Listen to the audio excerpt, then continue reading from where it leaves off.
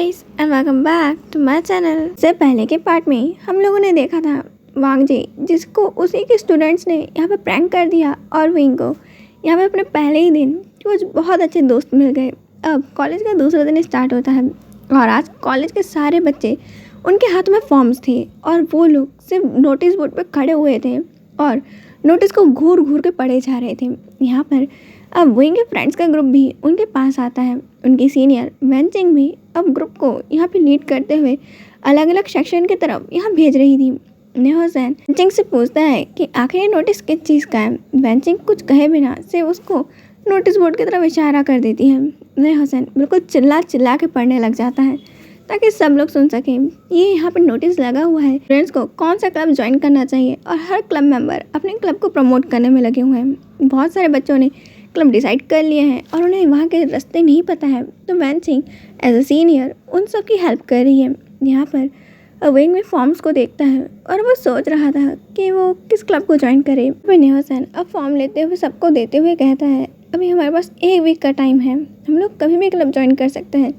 क्यों ना जिन लोगों ने क्लब ज्वाइन कर लिए हैं हम लोग वहाँ जाके देखें कि कौन सा क्लब में क्या क्या है और जिसमें हमारा इंटरेस्ट आएगा हम वहाँ चले जाएंगे। नेहोसेन की बात सबको सही लगती है और फॉर्म्स कलेक्ट करने के बाद सब लोग अपनी क्लासेस में बैठे हुए थे। इन सभी की पहली क्लास ही बिजनेस की लग जाती है और सब लोग अब बस बिजनेस और अकाउंट्स के बारे में पढ़े जा रहे थे। बहुत अच्छे से पढ़ने और बहुत सारे नोट्स को प्रिपेयर करने के बाद उन लोगों को अभी रेस्ट मिला ही था कि नेक्स्ट क्लास का प्रोफेसर यानी कि वांग जी की एंट्री होती है। यहाँ पे वांग जी कोल्ड फेस के साथ आता है, पर यहाँ पर उसका कोल्ड फेस देखने के बाद भी वहाँ पे क्लास की हर एक स्टूडेंट उसके प्यार में पड़ा हुआ था। वांग जी पढ़ाना चालू करता है तो वहाँ पर सब लोग सिर्फ उसके चेहरे की तरफ देखे जा रहे थे। पर एक विंग था जो वांग जी की आंखों की तरफ देख रहा था और वांग जी के लिप्स जिनको वो मूव होते हुए देख रहा था। विंग पूरे क्लास भर अपनी आँख ब्लिंक करना तक भूल गया था। का दिल तो जैसे किसी रेस में उतरा हुआ हो कि उसे बिल्कुल फर्स्ट जाना है, इतनी स्पीड से चल रहा था। एक लंबा लेक्चर होने के बाद जब क्लास एंड होती है अपना सामान लेकर अब कैंटीन एरिया की तरफ जाने लगते हैं और यहाँ पर वांग जी जब नज़र उठा के विंग की तरफ देखता है जो अभी भी अपनी सीट पर बैठा हुआ था, वो 1 इंच भी नहीं हिला था। वांग जी यहाँ पर विंग की नज़रें अपनी तरफ देखकर उसे थोड़ा सा अच्छा लगता है। यहाँ पर पता नहीं क्यों वो एक छोटी सी स्माइल करता है। यहाँ पर विंग की अटेंशन सिर्फ उसके लिए है। वांग जी अपना सामान लेता है और वहाँ से चला जाता है। हसन कहता है, ब्रदर वे यहाँ पर क्या आप कोई कंपटीशन के अंदर हैं? आखिर आप कब से प्रोफेसर को घूर रहे थे? विंग कहता, मैं ऐसा नहीं है, मैं कुछ सोच रहा था।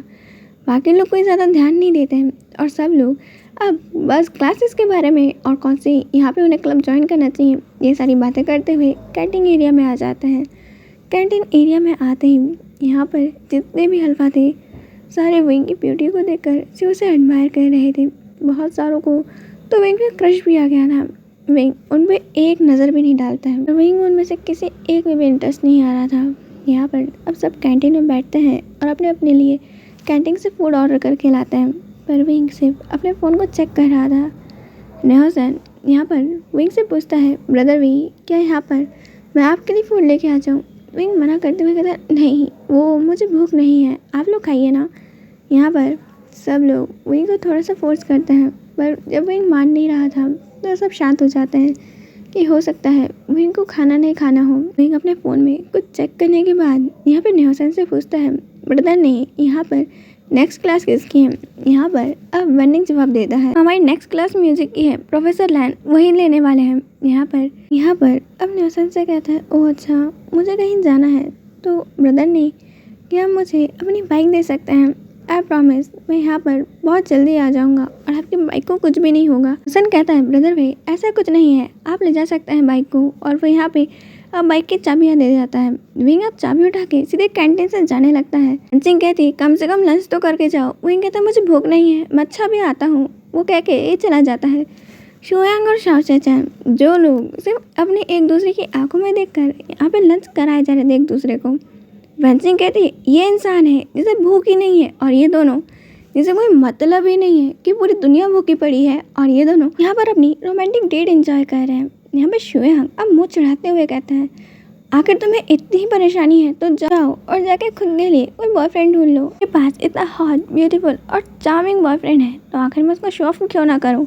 उसके प्यारे प्यारे लविंग हाथों से खाना खाना कितना टेस्टी है तुम्हें क्या पता। वैसे कहती है मुझे पता करना भी नहीं है, एंजॉय करो अपनी रोमांटिक डे। हसन कहता है ठीक है ना, अब लड़ना बंद करो, मुझे भूख लग रही है। यहाँ पे अब सब लोग अपने यहाँ पे लंच कंटिन्यू करते हैं। यूं ही बहुत सारे बच्चे बहुत सारी बातें करते हुए क्लासेस और टीचर्स की गॉसिप में ये लोग लंच कर रहे थे। वांग जी अपने कैबिन के अंदर यहाँ पे अब नेक्स्ट क्लास की ही प्रिपरेशन कर रहा था कि उसे कौन से नोट्स लेके जाने हैं। यहाँ पे म्यूजिक में उसे कौन सा नोट प्ले करना है और सिखाना है। और उतने में उसकी डोर पे नॉक होता है। वांग जी यहाँ पर आने की परमिशन देता है तो वहाँ पर एक ब्यूटीफुल सी बहुत शॉर्ट ड्रेस पहनी हुई प्रोफेसर आती है। वांग जी ऐसी ड्रेसिंग सेंस देखकर अपनी नज़र दूसरी तरफ कर लेता है और वापस अपने काम में लग जाता है। अब वो प्रोफेसर यहाँ पे वांग जी के पास आते हुए कहती है, जिनका नाम रोज़ है, यहाँ पर आखिर प्रोफेसर आप अकेले अकेले क्या कर रहे हैं, लंच टाइम है, क्यों ना आप मेरे साथ यहाँ पे लंच करने चले। वांग जी कहता है मुझे भूख नहीं है और आप प्रोफेसर हैं, आपको यहाँ पे ऐसे ड्रेसेस पहन के नहीं आना चाहिए, ये यहाँ पे कॉलेज के रेगुलेशंस के खिलाफ है। यहाँ पर ये बात सुनने के बाद वो प्रोफेसर वांग जी के पास जाके अपने लेग्स को यहाँ और ज़्यादा रिवील करते हुए वांग जी के करीब जाने लगती है। वो ओमेगा अब अपने सेंट को धीरे धीरे रिलीज करना चालू कर देती है। उसने रूम के अंदर आते हुए डोर को लॉक कर दिया था। वांग जी अब उस ओमेगा के यहाँ पे फेरोमोन से उसमें ज़्यादा असर नहीं होता है क्योंकि वो एक डोमिनेंट अल्फा है और ये ओमेगा एक रिसेसिव ओमेगा है। इसके फेरोमोन्स का असर वांग जी को ज़्यादा नहीं हो सकता, पर जिस हिसाब से इसकी हरकतें हैं ये होनी ही नहीं चाहिए। आखिर ये प्रोफेसर बच्चों को क्या पढ़ाएगी जब इसके अंदर खुद में एक कॉमन सेंस नाम की चीज़ भी नहीं है। यहाँ पे मैनर्स नाम की कोई चीज़ होती है जिसे ये प्रोफेसर पूरी तरीके से खो चुकी हैं। वांग जी यहाँ पे गुस्से से देख रहा था। रोज़ अब यहाँ पे लैन वांग जी को टच करने के लिए अपना हाथ ही बढ़ाती है। वांग जी अब पीछे हट जाता है, गुस्से से बहुत तेज़ उस प्रोफेसर पे चिल्लाता है, जिसके कारण रोज़ तो सहम के यहाँ पे चेयर पे ही बैठ जाती हैं। वांग जी उसे घूर के देखता है कि वो खड़े होने की हिम्मत ही नहीं ला पा रही थी। जी उसे कहता है आज के बाद यहाँ पे तुम्हें कॉलेज में आने की कोई ज़रूरत नहीं है, मैं तुम्हें प्रोफेसर की जॉब से फायर करता हूँ। यहाँ पे अब रोज़ को भी गुस्सा आ जाता है। वो खड़े होते हुए वांग जी पे चिल्लाने लगती है, आखिर तुम होते कौन हो, तुम्हारे पास क्या राइट्स हैं यहाँ पे मुझे फायर करने वाले। तुम ही मेरी तरह सिर्फ एक प्रोफेसर हो और तुमने अभी अभी ज्वाइन ही करी है। मैं यहाँ पर पिछले 7 सालों से काम कर रही हूँ। वांग जी अब फ़ोन निकालता है बिना ज़्यादा कुछ कहते हुए, सिर्फ यहाँ पर अब रोज़ का नाम बताता है और उसने जो भी किया। यहाँ पे कुछ ही देर के अंदर अब मिस्टर लैंडकुरैन और उनके साथ साथ और भी बाकी के प्रोफेसर्स वहाँ पे आते हैं। लैंडकुरैन खुद अपने हाथों से यहाँ पर रोज़ को ही वो लेटर देते हैं जिसमें लिखा हुआ था कि उसे आज इस जॉब से फायर किया जा रहा है। यहाँ पे रोज़ ये देख के शौक थी क्योंकि गुसू यूनिवर्सिटी के अंदर आने के लिए प्रोफेसर मरते हैं, उन्हें कितने ज़्यादा एग्ज़ाम्स देने पड़ते हैं, वो लोग खुद जानते हैं कितनी ज़्यादा एक्सपीरियंस मांगता है। गुसू यूनिवर्सिटी के अंदर नॉर्मली कोई प्रोफेसर आ ही नहीं सकता है। स्टूडेंट्स को भी बहुत ज़्यादा कड़ी मेहनत करने के बाद यहाँ एडमिशन मिलता है और वो इतनी बड़ी जगह से निकाली जा रही है, आखिर दूसरी यूनिवर्सिटी के अंदर उसे कोई लेगा भी नहीं, उसकी पूरी रेपुटेशन ख़राब हो चुकी है।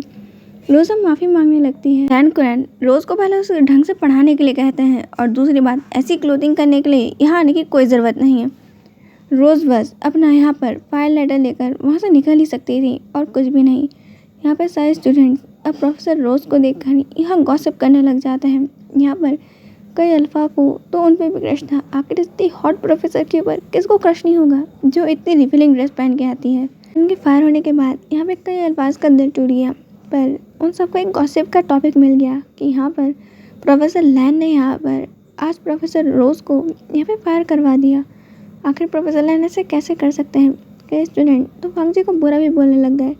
कईयों की नज़रों में वो एक कोल्ड हार्टेड मॉन्स्टर था जिसने आने के दूसरे दिन ही यहाँ पर प्रोफेसर रोज़ को फायर करवा दिया। प्रोफेसर रोज़ के जाते ही यहाँ पर नेक्स्ट प्रोफेसर ज्वाइन करते हैं, वो है जिन गोंगयाओ। यहाँ पर जिन गोंगयाओ को देखने के बाद यहाँ पर ज़्यादा किसी में कोई एक्साइटमेंट नहीं थी। बहुत सारे तो जिन गोंगयाओ के बैकग्राउंड के बारे में बात कर रही थी। जिन गोंगयाओ जिन फैमिली का यहाँ पे इलिजिटिमेट चाइल्ड है। जब ये सारी गॉसिप चल रही थी, वांग जी वहीं से जा रहा था और यहाँ पर अब वो खड़े होके सारे स्टूडेंट्स को चिल्लाता है, ये किसी प्रोफेसर के पीछे ऐसे गॉसिप करना यह अलाउ नहीं है। आप लोग अगर इस यूनिवर्सिटी के अंदर एडमिशन ले रहे हैं, आप यहाँ पढ़ने के लिए आए, ना ही किसी प्रोफेसर के बैकग्राउंड के गॉसिप करने के लिए। जब तक वो प्रोफेसर आपको अच्छे से पढ़ा रहे हैं, आखिर आपको क्या परेशानी है कि वो किसी भी बैकग्राउंड से आए। यहाँ पर उनकी नॉलेज मैटर करती है, उनका बैकग्राउंड नहीं। यहाँ पर अब सारे स्टूडेंट चुप हो जाते हैं, बस जिनको गया जो वांगजी की तरफ एडमायरिंग तरीके से देख रहा था, क्योंकि उसने तो वांगजी को कुछ भी नहीं कहा, ना अपनी हेल्प करने के लिए ना कुछ और। वो तो वांगजी से अभी तक मिला तक नहीं था। ये पर्सन जो उसके बारे में कुछ भी नहीं जानता, तो भी वो उसकी साइड ले रहा है।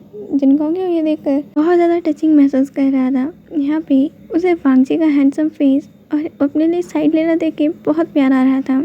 यहाँ पर उसकी नज़रों में वांगजी उसका एक आइडियल अल्फा था, जो वो हमेशा से चाहता था कि इस अल्फा वर्ल्ड में कोई भी यहाँ पे किसी की साइड नहीं लेता। अल्फास हमेशा ओमेगा का यूज़ करते हैं, पर ये पर्सन ऐसा लग नहीं रहा था।